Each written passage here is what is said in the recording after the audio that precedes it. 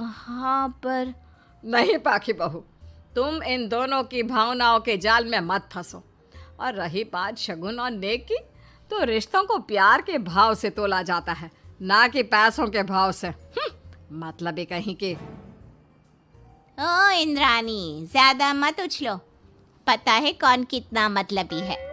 उफो, अब फिर से आप तीनों मत शुरू होइए।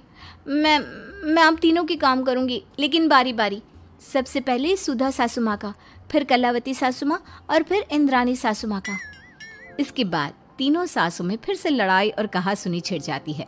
फिर एक दिन जब पाखी घर का किराने का सामान लेने बाहर निकल रही होती है कि तभी बहू, मुझे ना मेरा पुराना संदूक नहीं मिल रहा, तू आकर ढूंढ देगी क्या? अब ठीक है इंद्रानी सासू माँ। पाखी इंद्रानी के कमरे में जा ही रही होती है कि तभी उसे सुधा रोक लेती है, हाथ में खूबसूरत साड़ी लिए। पाखी बहू, ये मेरे ना साड़ी पर पिछली बार अचार गिर गया था, इसे प्लीज अच्छे से धो देना।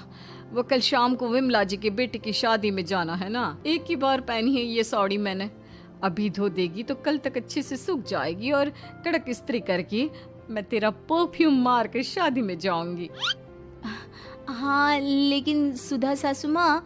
उतने में कलावती भी वहाँ पर एक कढ़ाई लेकर आ जाती है।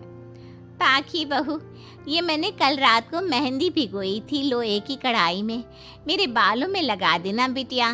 तू तो मेरी प्यारी बहू है ना? इंद्रानी वहाँ आ जाती है और तीनों सास फिर से एक दूसरे को गुस्सेल आंखों से देखती है और फिर से आपस में लड़ना शुरू कर देती हैं। तुम अपने आप को समझती क्या हो? खरीद लिया है क्या मेरी बहू को? ये मेरी बहू है। तो मेरी पड़ोसन है क्या?